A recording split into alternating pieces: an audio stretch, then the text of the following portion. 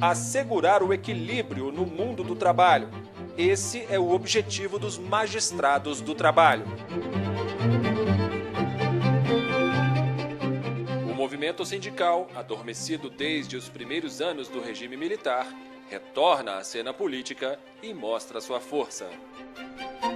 Havia um clima tão sufocante que o próprio Tribunal Regional do Trabalho alterou seu regimento interno para colocar como último dispositivo que ficam sem efeito as disposições desse regimento que atritarem contra os atos institucionais e complementares em vigor. Havia um regime de exceção, havia um monitoramento muito forte do Poder Judiciário. Os juízes, de maneira geral, isoladamente, sentiam-se impotentes para fazer valer a sua voz. As reivindicações dos sindicatos não são bem vistas pela ditadura. Na intermediação dos conflitos, a situação de quem deve zelar pelos direitos dos trabalhadores está ameaçada. O que haver uma grande rotatividade na mão de obra. Então, o número de processos era enorme. Nós tínhamos muitas audiências em torno de inquéritos judiciais para apuração de falta grave. Inúmeros empregados dispensados porque haviam praticado atos então tidos como atentatórios à segurança pública. Para fortalecer a sua atuação, os juízes do trabalho também decidem se unir. Os juízes sempre tiveram um sentido humanista e de proteção ao trabalhador, daquilo que era possível. Mas quando a lei impedia, não tinha outro jeito. As decisões dos juízes eram submetidas ao crivo dos militares que analisavam essas decisões. Foi necessário, portanto, que criássemos um espaço em que se pudesse respirar um mínimo de liberdade. Discutiam-se os primórdios da Lei Orgânica da Magistratura, que veio a ser editada efetivamente apenas em 79, se não me engano.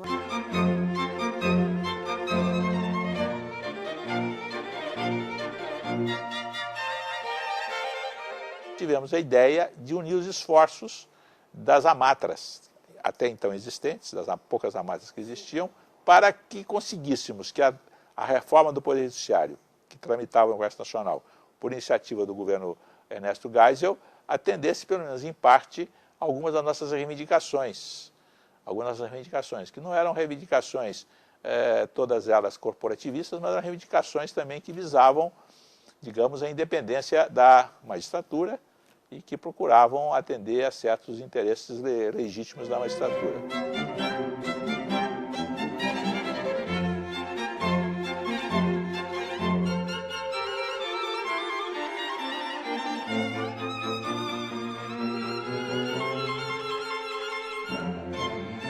Compramos um livro de atas, que existe até hoje.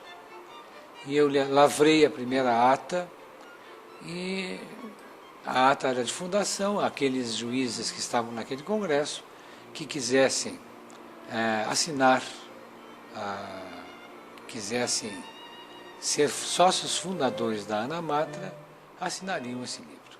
Que havia juristas, professores, advogados e juízes também, e depois tivemos a adesão de vários ministros do Tribunal do Trabalho, de vários juízes do Tribunal Regional de Trabalho do Brasil e de vários juízes presidentes de junta, de juízes substitutos, que passaram conosco, então, a ser os fundadores da ANAMATRA. Então houve um grande número de adesões, e depois disso é que nós tratamos de institucionalizar, formalizar a vida da ANAMATRA.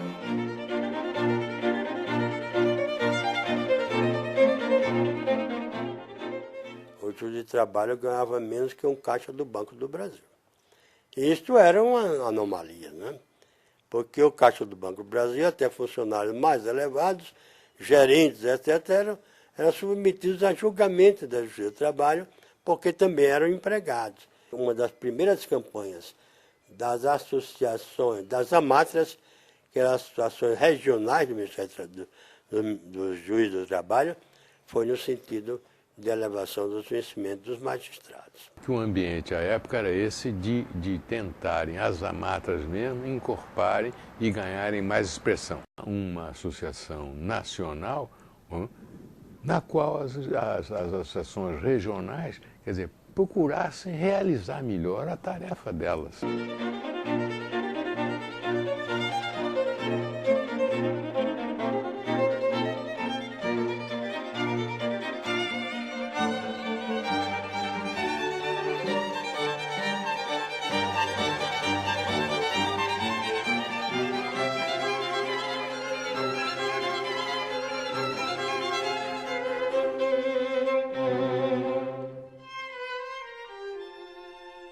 A Anamatra completa 30 anos de atividades com a certeza do dever cumprido. A Anamatra tem implementado projetos para levar ao povo de maneira geral, às escolas, aos operários, aos sindicatos, uma palavra de esclarecimento, de fortalecimento de convicções. A tendência é aumentar o nosso trabalho, aumentar a nossa competência, chegam às nossas mãos a ampliação da competência, inclusive no âmbito criminal. A associação hoje transcendeu a limites meramente corporativos e está na defesa de direitos do trabalhador, direitos humanos, combate ao trabalho escravo, infantil, etc. A Anamatra está realmente numa situação hoje de vanguarda, que pode ser só elogiada.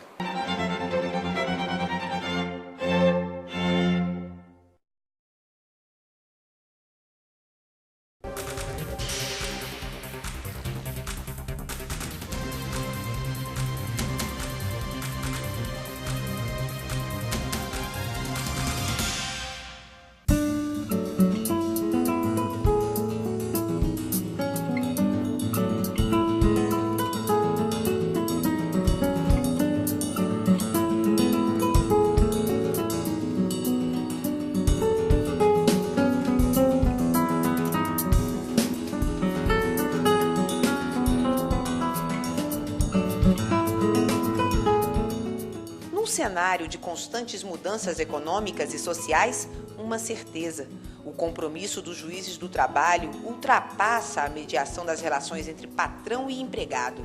A Anamatra amplia sua linha de ação e marca presença nos movimentos pela democracia e defesa do cidadão. Haviam frentes de trabalho, haviam interesses da magistratura, interesses da representação classista, interesses dos tribunais superiores, que muitas vezes não se compatibilizavam adequadamente com aquilo que a magistratura, vamos dizer assim, com o nível associativo, pretendia. O fim da representação classista era uma das principais bandeiras dos juízes do trabalho. A denúncia era grave.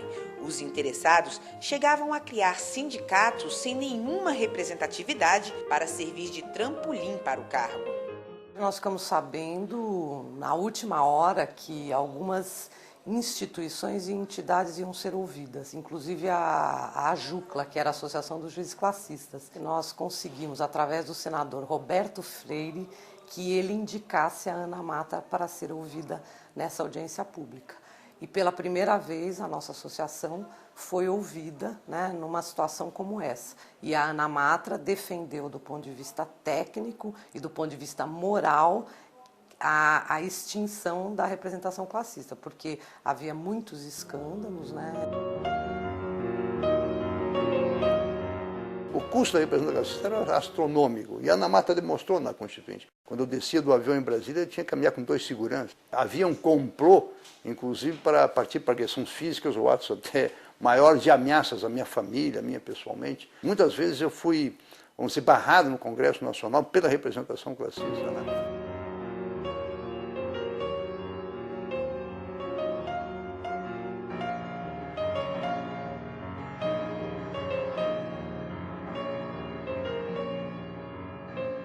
Eu acho que é uma vitória grande. Nós temos levado à Constituição Federal muitos direitos trabalhistas, né, que se tornaram agora intocáveis, né, com algumas exceções de negociação, umas já previstas e outras que eu entendo possíveis, mas, de certa forma, o núcleo básico de garantia, né, do trabalhador assalariado subordinado, este recebeu, digamos assim, esta vantagem. Garantir o equilíbrio no mundo do trabalho exige atualização constante. E para acompanhar de perto tudo o que acontece nesse universo, a ANAMATRA criou o CONAMAT, Congresso Nacional dos Magistrados do Trabalho.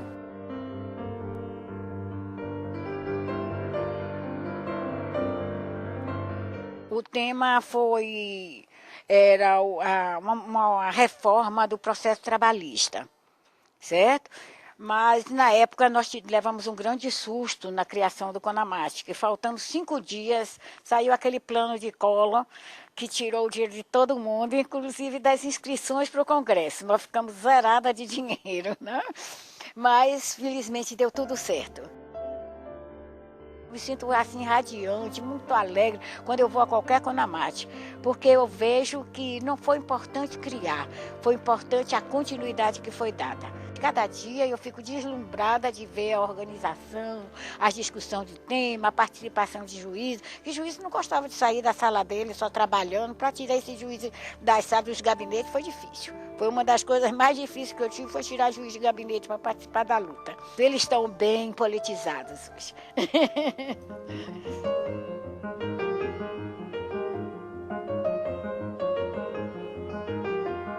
Atenta aos grandes temas da sociedade, mas firme na defesa dos interesses da categoria.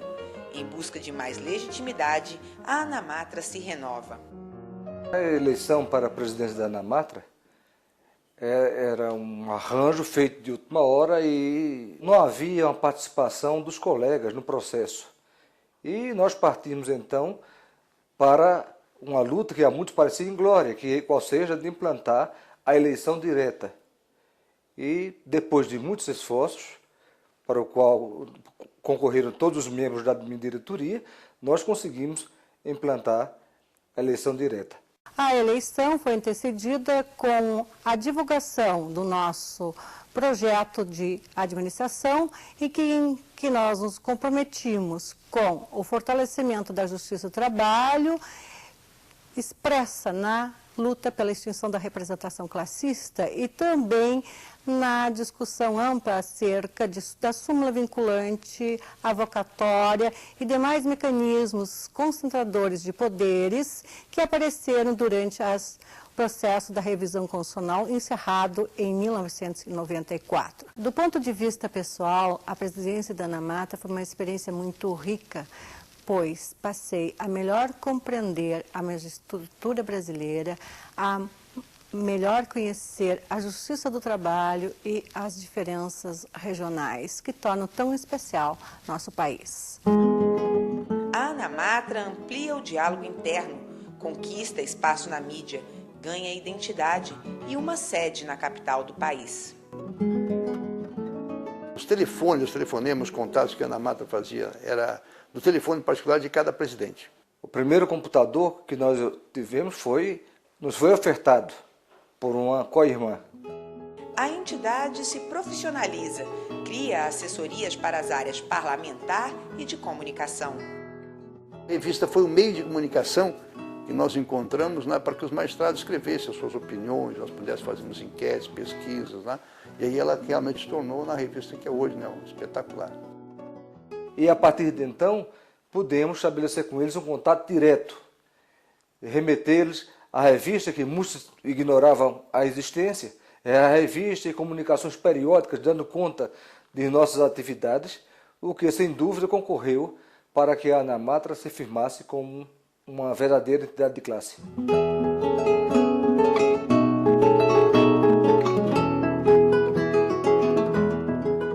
Hoje eu me orgulho de tudo que a ANAMATRA tem feito ao longo de sua história e pelo empenho, pelo dendor demonstrado nos colegas, no sentido de consolidar a presença da ANAMATRA no cenário político nacional.